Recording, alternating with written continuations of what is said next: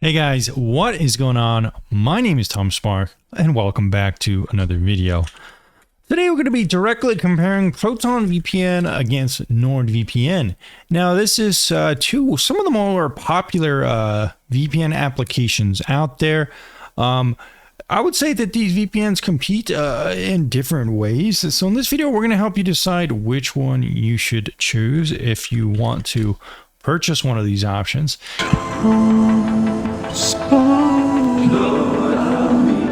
Creator of VPN tier list. Are you guys ever worried about getting doxxed? I know I am, and that's why I use a service like Incogni to make sure no one can find my IRL information if they find my name. A service like Incogni goes through all the available data brokers out there like white pages and these different websites. It will tell these websites to remove your information and it saves you tons of time. Use my link in the description down below to get 50% off Incogni as you see here on this website to get this deal. This is my top rated data broker removal tool. It's around half the price of competing services like Delete Me and it has a better interface to boot. So thanks for checking out this one and let's get back to the video. Now this video is not sponsored by Nord or Proton for that matter, so I'll be putting links for both of these in the description down below. Whether you click on my link for Nord or Proton, both will directly support the channel since I'm an affiliate for both of these VPN providers. So I'm going to be trying to give you as an objective of comparison as possible. All right guys, so here we have Proton and NordVPN. And we have NordVPN connected right now. So what are some of the primary differences between these two products? Why should you choose one over the other? I have a little list here that I'm going to be discussing. So I'll kind of bounce back and forth just to make it kind of a comparison here.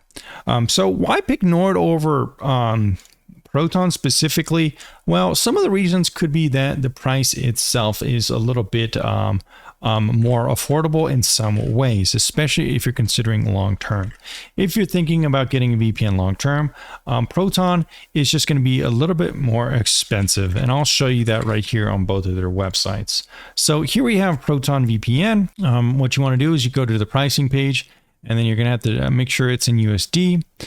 So it's going to be around $120 for 2 years. If we look at Nord, we could see that you could get it for around $100 for 2 years. And you get 3 extra months with my link. So that's a good little bonus. So it's going to be a little cheaper, 20 bucks cheaper plus 3 extra months. Proton doesn't really give any extra bonuses with links or discounts or anything like that. This is just the price you'll pay. It's going to be around $72 a year. And for Nord, it's going to be around $68 for the first year. So it's also a little bit cheaper.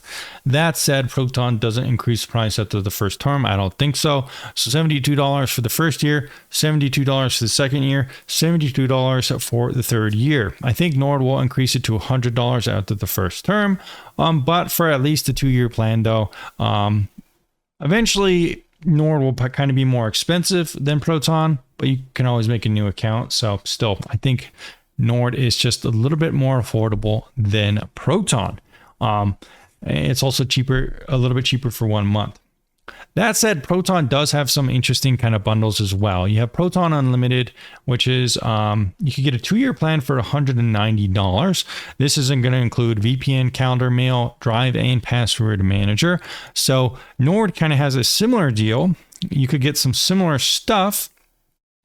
The Ultimate plan, $180, so it's still going to be a little cheaper. And this one you get cloud storage, data breach scanner, password manager, and cyber protection. So it's not going to have exactly the same kind of components. Proton is probably better if you want the email coverage. Nord is probably a little bit better if you kind of value some of the cyber protection benefits, cloud storage, maybe the password manager. I've personally tested out NordPass, and I think it's a little bit more fully developed than Proton's password manager. So if you're looking for a password manager, it also might be worth considering Nord over Proton. However, Proton does have that slight edge in the email component, so that's something to think about too, depending on your specific need. That said, for the core main package as well, Nord does include a SOC 5 proxy. Proton does not have a SOC 5 proxy, so that's kind of a bummer. With NordVPN though, you can use that SOC 5 proxy if you want to plug and play in your BitTorrent application. It's basically just like an address you'll paste in your BitTorrent application, and then you will pretty much just put your credentials in, and that's pretty much how it works. They do have some guides on their website discussing that. So it's just going to be like a little URL you'll put in your BitTorrent application. So Proton doesn't offer that. So that's kind of an added bonus of Nord. I've made videos on the channel discussing how to use this. So definitely something to think about. If you're still confused on SOCKS 5 proxy and if you need one or not, go ahead and check out some of the videos on my channel. Now let's discuss one reason Proton might be a better choice in some ways, depending on your specific requirements. Well, Proton is a little bit more privacy oriented in some ways. They don't have any kind of trackers and analytics on their website that really compromise your user data, or not compromise your user data, but just collect as much. Nord definitely collects a little bit more, maybe to optimize sales or something like that. But if you check out Blacklight Markup Tool, it says they have no ad trackers, no cookies, and these kind of things on Proton's website. However, if you go to NordVPN.com, this is not the case. They definitely have a lot more ad trackers and cookies, and they use Google Analytics. So Nord just has a lot more tracking going on with their website than Proton. Like I said, this is probably just primarily to optimize sales. At the end of the day, as a customer, are you going to notice anything like this? Well, not really. At the end of the day, is Nord maybe going to have a little bit more analytics on its customer base? Probably. Can they make more money with that? Probably. So that's something to think about. You know, they are the bigger company, and one could argue that that has given them more development money and maybe resources. So it kind of depends on, you know, what you value. Develop a company making more money, maybe having more resources, or do you value something like Proton, which isn't as profit motivated in some ways as NordVPN? I think Proton's even said as much that they're not as profit motivated as any other company. But at the same time, you take that with a grain of salt, because Proton, it's not like they're a nonprofit. They just don't really kind of have this business sense maybe, or business focus as NordVPN. But we can kind of talk about some of the other things with the differences there. And one other thing you might want to choose Nord over Proton for is you get a dedicated IP. Well, at least you have the option of doing so. As you can see here, you have dedicated IPs as an add-on choice. With Proton, that's not really an option. So that's kind of interesting to think about. Proton doesn't offer those. We also have a couple other things with Nord that has an advantage that you don't get with Proton. Take, for example, Nord has this interesting kind of remote VPN feature. You kind of can connect devices through NordVPN. Now, it definitely is kind of a cool feature, and you don't really see it with a lot of VPNs, and you can see that discussed here on the website. I've made some videos on it, and basically it allows you to file share or game with people as if you're on the same network. So it's a pretty cool feature. And it's included with NordVPN subscription, so definitely pretty solid. And Proton doesn't have anything like this right now, so definitely a pretty good development advantage for NordVPN if this is something you want to use. Additionally, NordVPN also has an Apple TV application, which means it's going to work better on Apple TVs if that's your primary device you want to use it on.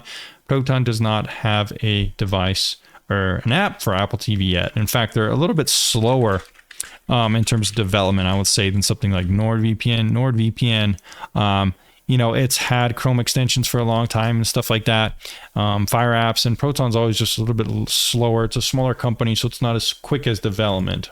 Additionally, Nord also has a little bit bigger of a server network, 111 countries supported, whereas Proton definitely has a little bit less. Let's go ahead and see.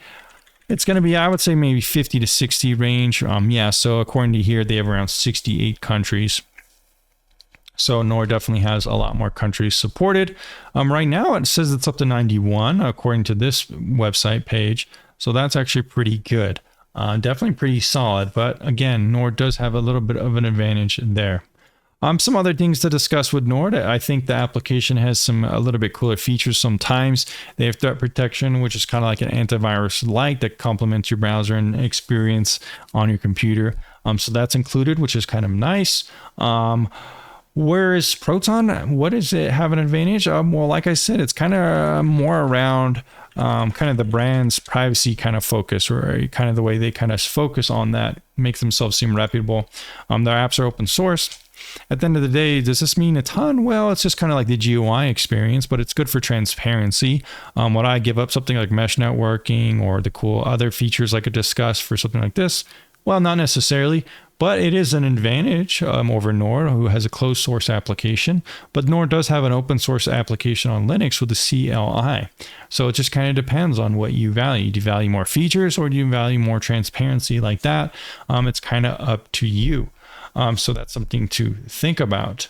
Well, a couple other things we could discuss. Some things are a little bit more subjective, maybe. I do find that NordVPN has a little bit more of a friendly community. It's more kind of focused on the product itself. Hey, look, it looks like Reddit's kind of blocking my IP right now. Kind of interesting. But I would say that Nord's community is a little bit friendlier for some reason. I'm not sure exactly why. It's a little bit more professional. It's a little more ran by the team.